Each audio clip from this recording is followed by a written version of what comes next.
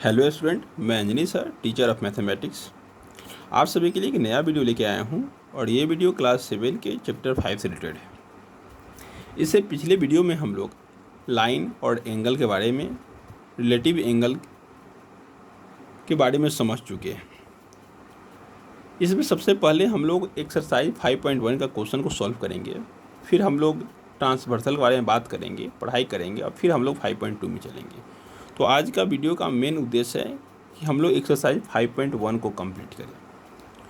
इसमें सबसे पहला क्वेश्चन है, find the complement of each of the flowing angle.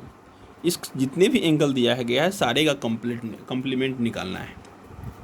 तो आपको हम बताएं कि कम्प्लीमेंट्री एंगल क्या होता है कि दो एंगल का सम अगर 90 डिग्री हो तो उसको हम लोग कम्प्लीमेंट्री एंगल बोलते हैं, और दोनों एंगल को कम्प्लीमेंट बोलते हैं एक दूसरे का, यानी complement of the each other.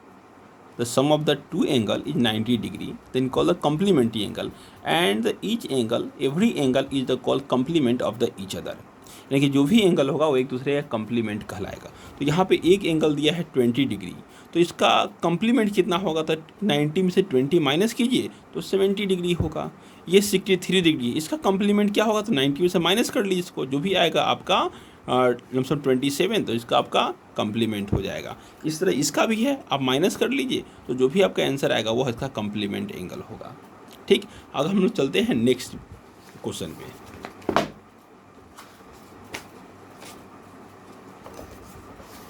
Next आपका क्वेश्चन है, find the supplement of the each angle. ठीक ना, इसका सप्लीमेंट ही निकालना है। फिर वहाँ पे हम लोग बताए थे कि सप्लीमेंट क्या, सप्लीमेंट्री एंगल क्या होता है? The sum of the two angle is the 180 degree is the called supplementary angle, and every angle is the called supplementary of the each other.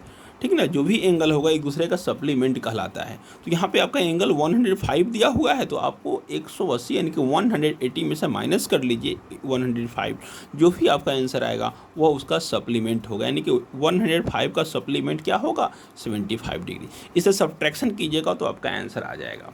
Okay, next question number 3 में आते हैं। Identify the which of the following pair of the angle are the complementary and which are the supplementary. आपको identify करना है कि इसमें से कौन कम्प्लीमेंट्री है और कौन सप्लीमेंट्री एंगल है। तो सिंपल है, आप इसको ऐड कीजिए। अगर एडिशन 90 डिग्री आ रहा है तो वो कम्प्लीमेंट्री है, अगर एडिशन 180 डिग्री आ रहा है तो ये सप्लीमेंट्री है।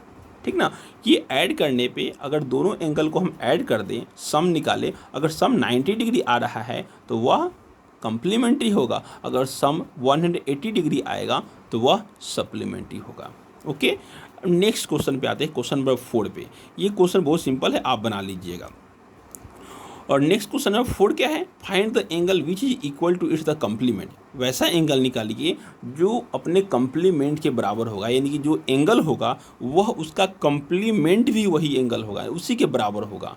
ठीक ना, ये एंगल निकालना है। ठीक ना, तो इस एंगल के, इस क्वेश्चन के बारे में सबसे पहले जानेंगे कि एग्जामिनेशन में क्वेश्चन कैसे आता है। ठीक ना, और ये क्वेश्चन जो है आपका एग्जामिनेशन में कभी कभी 1 मार्क्स में भी आता है, कभी कभी 3 मार्क्स में भी आ जाता है, कभी कभी 4 मार्क्स में आता है। लेकिन 4 मार्क्स 3 मार्क्स में जो क्वेश्चन आता है वो एनसीईआरटी से डिफरेंट होता है, यानी ये क्वेश्चन ये नहीं रहेगा। जैसे यहाँ पे इक्वल दिया गया है, तो इससे पिछले बार एक क्वेश्चन आया था 3 मार्क्स में, वहाँ पे था find the angle which is the 2 times of complement.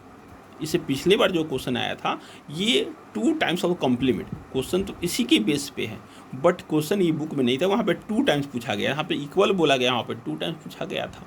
कभी कभी 5 टाइम्स पूछ सकता है, 10 टाइम्स दे सकता है, और ये क्वेश्चन डिपेंड करता है कितने मार्क्स में आया है। कभी कभी 1 मार्क्स में आता है, कभी कभी 4 मार्क्स में भी आता है।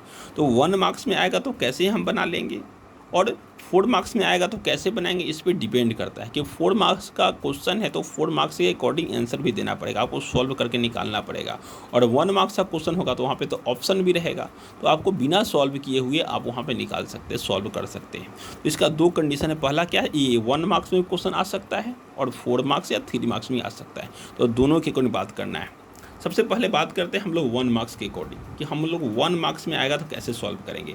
जैसे क्वेश्चन दिया है 2 टाइम्स, अब मालूम है कि कम्प्लीमेंट बोल रहा है कि 2 एंगल होगा। सपोज करते हैं angle 1 angle A angle B है, 2 एंगल का सम 90 डिग्री होगा, तभी उसको हम लोग कम्प्लीमेंट्री एंगल बोलेंगे।